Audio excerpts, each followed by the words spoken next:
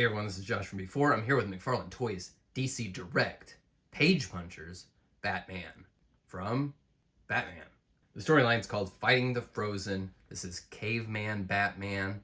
You should know by now this is the exact type of stupid crap that I love. Caveman Batman, this is hilarious. So Todd heard all the hubbub about zero plastic packaging, and he said, well, I could do all plastic packaging. That's what we're looking at. The all plastic clamshell. I really have never liked these. They're such a pain in the ass to open.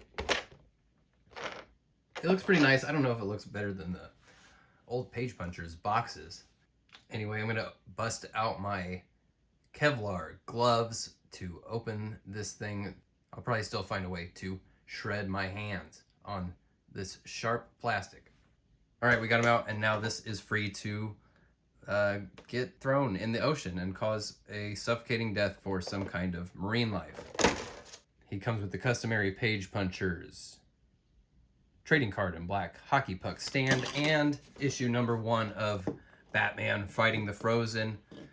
This comes with all the characters from this wave, but they have different covers. Of course, it's about Mr. Freeze going back in time to encounter Cave Bat, which we have right here in action figure form. This guy is hefty. He's big, he's heavy. He's got that new toy smell that we all love. And he has an amazing sculpt, top to bottom. Let's dive into this guy, hang on. First up is Cowl. It's as if he has gone out and killed this giant bat creature, and he is wearing the hide as a mask. Absolutely love that. He's got some craggy features on his face underneath here. He's had some hard living in this prehistoric era. This cowl around the head here, it's soft, so this guy can really turn his head in some fantastic ways. Really expressive. You can see how soft those are. Big fur pelt here around his shoulders that segues into the leathery cape that's been stitched together. I feel like the camera is loving this cape because it looks amazing. Look at all these little wrinkles in here. Of course, that leather grain texture throughout. It's dynamite. Love all the irregular points. It becomes very expressive. And all that sculpt work continues on the underside of it as well. I love the bat on his chest. It just looks like it's a big piece of stone that's been chipped away and is hanging around his neck. That is really cool. And so those of you that are maybe interested in using this as a bare-chested bodybuilder custom, this cape is pegged in a couple spots on the back, and the stone bat here is actually, it's pegged in one spot, but there's a lot of sculpt underneath there to still work with. So this thing could be converted into a bare-chested bruiser custom figure, but the skin has some dimpling. You'll have to match that if you're covering up those spots. See how his shoulders move here? I mean, he is a very big dude, big biceps, big broad chest. You get some good movement in those arms. That bicep cut is really nice and smooth. The double elbows can still do fairly well, despite just how big those guns are. Lightly sculpted ball joint wrists that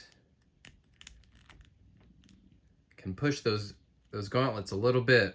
Whoa.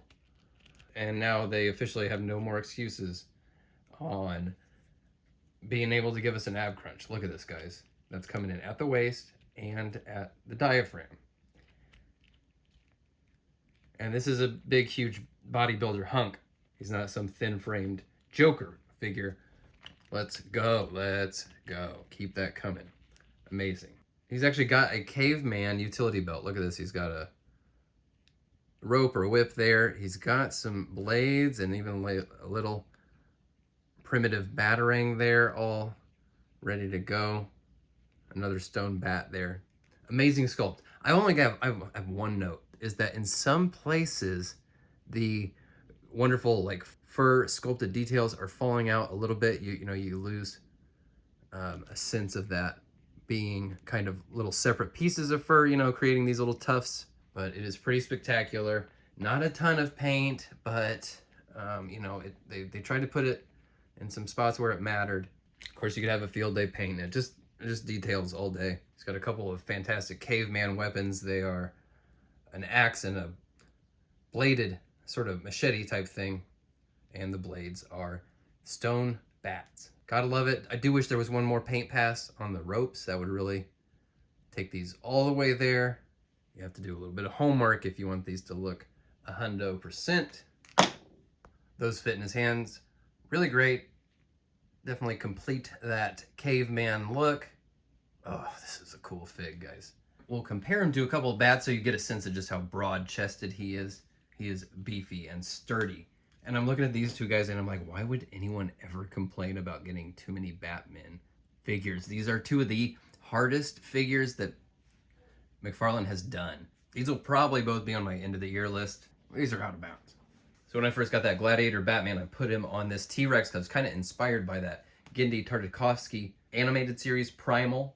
But this is actually even better because this is straight up the caveman on a dinosaur. This is how this guy is going to be living permanently.